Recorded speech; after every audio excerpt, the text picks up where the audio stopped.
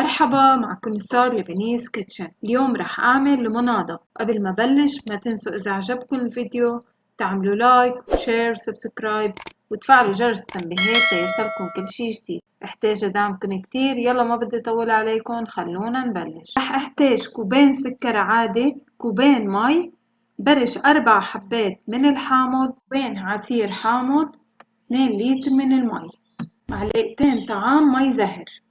قبل ما أحضر أي شي رح أحط كبايتين مي وكبايتين سكر على حرارة أقل من الوسط بدرجة. بدي أعمل بس سيمبل سيرب، ما بدي أعمله قطر، يعني ما رح خليه يغلي، بس يدوب السكر ويصير لونه شفاف بشيله وبخليه على جنب. الكمية اللي بدي استعملها قسمتها لطريقتين، انتو اختاروا الطريقة اللي بتناسبكن. طريقة برش الحامض مع عصيره، طريقة أجدادنا. طريقة أجدادنا بنغسل الحامض منقطعه، وكانوا يحطوا زمان السكر مثل ما هو، يحطوله شوية مي ويتركوه. لقيت هالطريقة أحسن ما يضل السكر ويعذبنا بعد بالذوبان. الطريقة السريعة مناخد برش الحامض ومنعصر كمية الحامض ومنتركن مع بعض نص ساعة، ورح زيد كم ورقة من النعناع بيطلع له نكهة طيبة.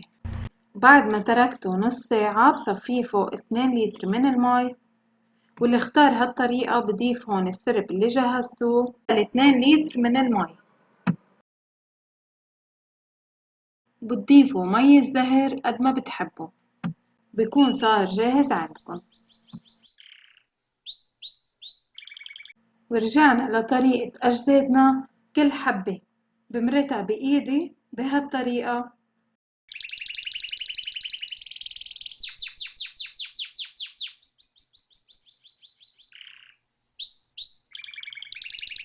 وبصفيهم وبعملن تحريكة سريعة كله على الأصول.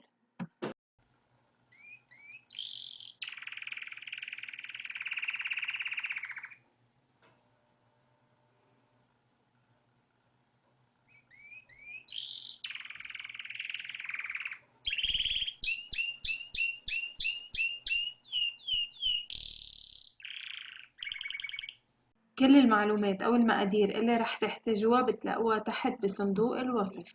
سر تميزي لمسة إيدي. انتو شو سركن؟ خبروني بالكومنتس تحت.